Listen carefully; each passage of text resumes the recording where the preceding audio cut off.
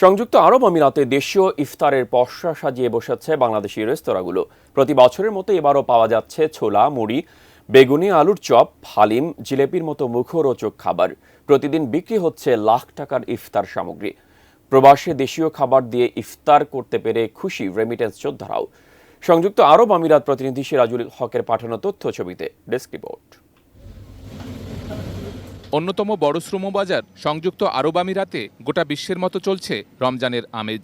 দুবাইয়ের বাংলাদেশি অধ্যুষিত এলাকা দেরায় প্রবাসী বাংলাদেশিদের ইফতারের নানা আয়োজন। সারাদিন রোজা রাখার পর ইফতারের জন্য প্রবাসীরা ছুটে আসেন মনপুরা, ঢাকা দরবার, ব্রেকফাস্টের মতো রেস্তোরাঁগুলোতে। এখানকার ইফতারের দাম তুলনামূলকভাবে সাশ্রয়ী, তাই খুশি ক্রেতারাও। ফলে রমজানের এই দিনগুলোতে এসব রেস্তোরাঁয় প্রতিদিনই বাড়ছে ভিড়। RICL TMX, যুগের পর যুগ স্থাপনা থাকে মজবুত। দূরপ্রবাসে পরিবার পরিজন ছেড়ে ইফতারের কষ্টও দেখা গেছে কারো কারো মধ্যে। যেহেতু আমরা আমাদের পরিবার পরিজন সবাইকে দেশে রেখে এখানে আসছি, তো ভালো লাগতেছে না, তারপরে করতে হবে। এখানে আমার বাইরে আছে পরিবার তো নিয়ে ইফতার করে একটা আনন্দের, তারপরে এখানে আসি মাশাআল্লাহ আলহামদুলিল্লাহ। ভোক্তাদের চাহিদা বিবেচনায় নিজস্ব কারিগর দিয়ে দেশীয় খাবার তৈরি করা হচ্ছে বলে জানান বিক্রেতারা। বিগত সময়ের তুলনায় দুবাই, শারজা ও আজমানে দেশীয় ইফতার সামগ্রীর বিক্রি বেড়েছে কয়েক গুণ।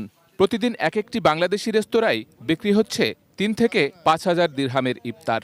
এটা হলো আমাদের প্যাকেজটা হলো আমরা বাল্টি বিরিয়ানি বলে এটাকে। সম্বন্ধ করে এটাতে একটা পার্সেল দিয়ে 55 দিরহামে 7 জন মিনিমাম খেতে পারবে। স্পেশাল আমাদের একটু কিছু চেঞ্জ হয়েছে, ওটা হচ্ছে আপনার স্পেশাল একটা বিফ হান্ডি অ্যাড হয়েছে। সংযুক্ত আরব আমিরাতের ঐতিহ্যবাহী খাবারের পাশাপাশি সিরীয়, লেবানিজ, ফরাসি এবং ইউরোপীয় খাবার ভিন্ন মাত্রা যোগ করছে। Sheikh Abdus Salam, desk report, ATN news.